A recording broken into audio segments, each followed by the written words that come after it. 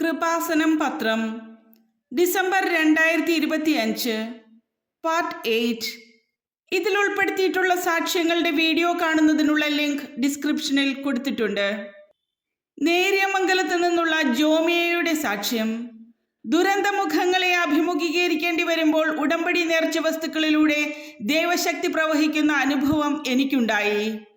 ഒരു നേഴ്സായ എനിക്ക് 2011 TB എന്ന അസുഖം വന്ന് 6 മാസത്തെ ട്രീറ്റ്മെൻറ്റിൽ ഭേദമായി. പക്ഷേ വിദേശത്ത് പോകുന്നതിന് മെഡിക്കൽ എടുക്കുമ്പോൾ ഇതുപോലുള്ള അസുഖങ്ങൾ വന്നാൽ അൺഫിറ്റ് ആകും. സൗദിയിലേക്ക് പോകുന്നതിന് ഞാൻ എക്സ്റേ എടുത്തപ്പോൾ സ്കാർ കാണുകയും റിജക്റ്റായി എനിക്ക് പോകാൻ പറ്റാതാവുകയും ചെയ്തു.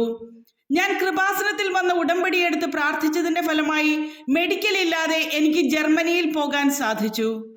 അവിടെ ചെന്ന ശേഷം എനിക്ക് ചിക്കൻ ബോക്സ് വരികയും ബ്ലഡ് ടെസ്റ്റ് ചെയ്തപ്പോൾ TBയുടെ അണുക്കൾ ഉണ്ടെന്ന് കാണുകയും എക്സ്റേ എടുക്കാനും പറഞ്ഞു.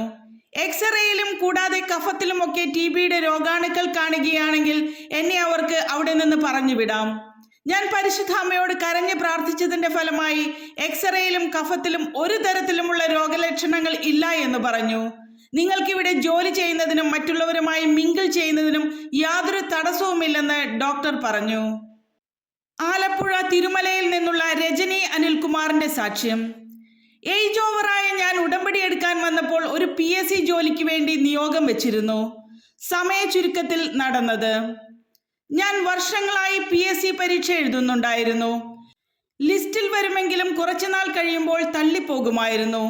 2018 ഞാൻ ഒരു PSC ടെസ്റ്റ് എഴുതിയ ശേഷം കൃപാസനത്തിൽ വന്ന് ഉടമ്പടി എടുത്ത് അമ്മേ, എൻ്റെ ഏജ് ഓവറാകുകയാണ്, ഇനിയെങ്കിലും എനിക്കൊരു ജോലി തന്ന് അനുഗ്രഹിക്കണമെന്ന് പരിശുദ്ധ അമ്മയോട് അപേക്ഷിച്ച് നിയോഗം വെച്ചു.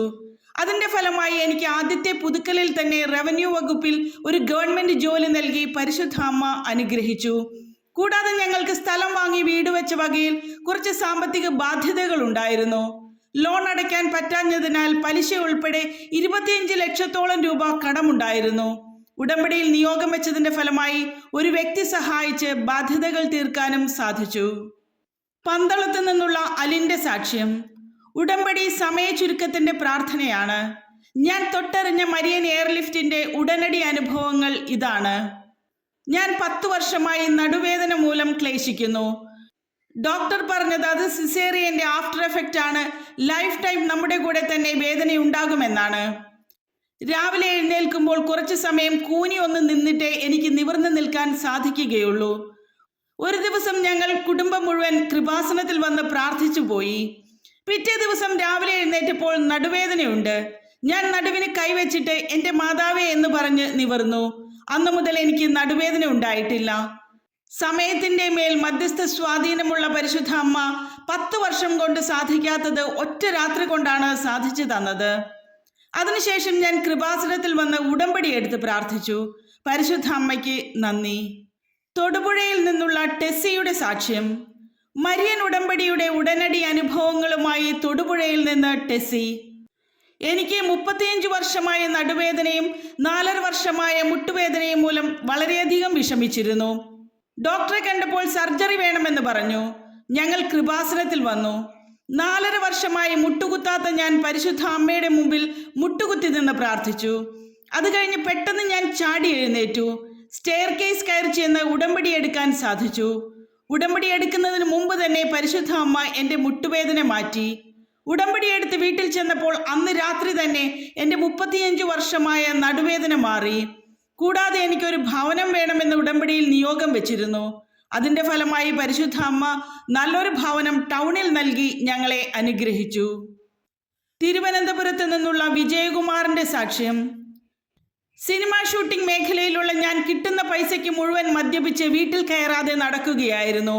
എൻ്റെ ഭാര്യ പറഞ്ഞതനുസരിച്ച് ഞാൻ കൃപാസനത്തിൽ വന്ന് ഉടമ്പടി എടുത്ത് പ്രാർത്ഥിക്കുകയും ഒരു ഭവനം വേണമെന്ന് നിയോഗം വയ്ക്കുകയും ചെയ്തു. അതിൻ്റെ ഫലമായി എൻ്റെ മദ്യപാനം മാറുകയും ഭവനം പണി പൂർത്തിയാക്കാനും പരിശുദ്ധ അമ്മ അനുഗ്രഹിച്ചു. ഹൗസ് വാമിംഗ് നടത്താനായിട്ട് കയ്യിൽ ഒരു പൈസയും ഇല്ലായിരുന്നു. പരിശുദ്ധ അമ്മയോട് മുട്ടിപ്പായി പ്രാർത്ഥിച്ചതിൻ്റെ ഫലമായി എൻ്റെ സഹപ്രവർത്തകർ സാമ്പത്തികമായി സഹായിക്കുകയും നല്ല രീതിയിൽ ഹൗസ് വാമിംഗ് നടത്താനും സാധിച്ചു. എറണാകുളം ശാന്തിനഗറിൽ നിന്നുള്ള മീനു മാത്യുവിൻ്റെ സാക്ഷ്യം.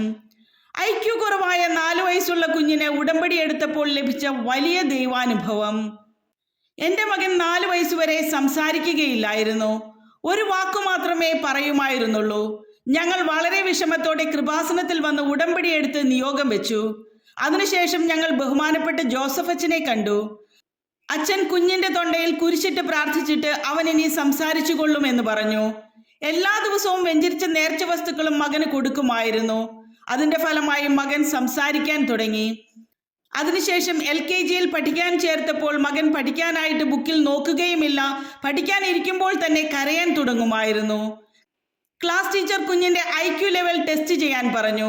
ടെസ്റ്റ് ചെയ്തപ്പോൾ 2 വയസ്സിന്റെ കുറവുണ്ടെന്ന് പറഞ്ഞു. ആ റിപ്പോർട്ടുമായി ബഹുമാനപ്പെട്ട ജോസഫ് അച്ഛനെ കണ്ട് പ്രാർത്ഥിച്ചു.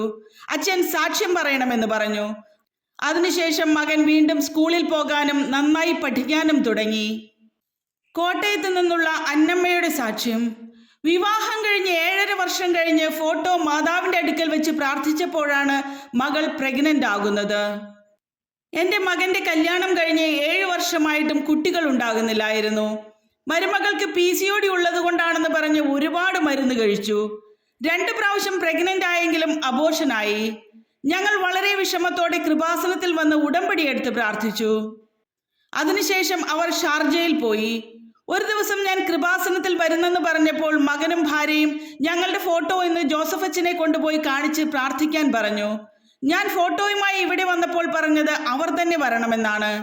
ഞാൻ ഫോട്ടോ മാതാവിനെ മുട്ടിച്ചിട്ട് അമ്മ ആഗ്രഹിക്കുന്നെങ്കിൽ അവർക്ക് കുഞ്ഞുങ്ങളെ കൊടുക്കണമെന്ന് കരഞ്ഞ് പ്രാർത്ഥിച്ചു. പിറ്റേ മാസം മകൾ പ്രഗ്നന്റ് ആയി. ആരോഗ്യമുള്ള ഒരു കുഞ്ഞിനെ നൽകി പരിശുദ്ധ അമ്മ അനുഗ്രഹിച്ചു. നെയ്യാറ്റിൻകരയിൽ നിന്നുള്ള ബിന്ദുലേഖയുടെ സാക്ഷ്യം. കൃപാസനം പത്രം ലഭിച്ചപ്പോൾ തന്നെ എനിക്കിവിടെ വരാൻ തോന്നി. ഉടമ്പടി വഴിയായി അസാധ്യ കാര്യങ്ങൾ സമയ ചുരുക്കത്തിൽ എൻ്റെ ജീവിതത്തിലും നടന്നു. എനിക്കൊരു കൃപാസനം പത്രം ലഭിച്ചു. അത് വായിച്ചപ്പോൾ തന്നെ എനിക്ക് ഇവിടെ വരാൻ തോന്നി. ഞാൻ കൃപാസനത്തിൽ ഉടമ്പടി എടുക്കാൻ വന്നപ്പോൾ തന്നെ ഒരു ദൈവിക അനുഭവം ഉണ്ടായി. ഞങ്ങൾക്ക് നല്ല തണുപ്പ് അനുഭവപ്പെടാൻ തുടങ്ങി. ഞങ്ങൾ ഉടമ്പടി എടുത്ത് പ്രാർത്ഥിക്കാൻ തുടങ്ങി. അതിനുശേഷം ഭർത്താവ് എലിപ്പനി മൂലം ഹോസ്പിറ്റലിൽ അഡ്മിറ്റായി. ഒരു മരുന്നിനോടും പ്രതികരിക്കാതായപ്പോൾ ഞാൻ വെഞ്ചരിച്ച നേർച്ച വസ്തുക്കൾ ഉപയോഗിച്ച് പ്രാർത്ഥിച്ചതിന്റെ ഫലമായി ഭർത്താവിന്റെ അതിശക്തമായ പനിയും തലവേദനയും മാറിക്കിട്ടി. കൂടാതെ ഭർത്താവിന്റെ വീടിന്റെ ബാക്കിലേക്ക് ഇറങ്ങാൻ ഒട്ടും സ്ഥലമില്ലായിരുന്നു. സ്ഥലം ചോദിച്ചിട്ട് ലഭിച്ചില്ല. ബാക്കിലുള്ള പറമ്പ് 50 സെന്റ് ആയിരുന്നു. അതിന്റെ ഉടമ അത് മുഴുവനുമായി വിൽക്കുമായിരുന്നുള്ളൂ. ഞാൻ ഉടമ്പടിയിൽ വെച്ച് 5-ാം ദിവസം വേറൊരാൾ ആ സ്ഥലം വാങ്ങുകയും ഞങ്ങൾക്ക് ആവശ്യമായ സ്ഥലം തരികയും ചെയ്തു. പാലക്കാട് നിന്നുള്ള ജെബിന്റെ സാക്ഷ്യം.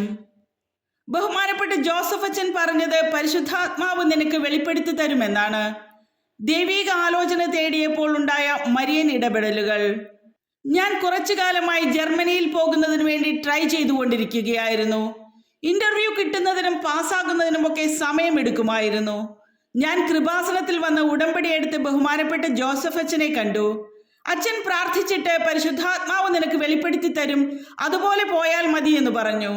ഞാൻ വീണ്ടും ഇന്റർവ്യൂ അറ്റൻഡ് ചെയ്തിട്ടും പാസ്സായില്ല. വളരെ വിഷമത്തോടെ അച്ഛനെ വന്നു കണ്ട് ഏജൻസി മാറണോ എന്ന് ചോദിച്ചപ്പോൾ അച്ഛൻ ഒരു നമ്പർ പറയുകയും ഞാനൊരു നമ്പർ പറയുകയും നീ മാറണ്ട എന്ന് പറയുകയും എന്നെ പ്രാർത്ഥിച്ച് വിടുകയും ചെയ്തു.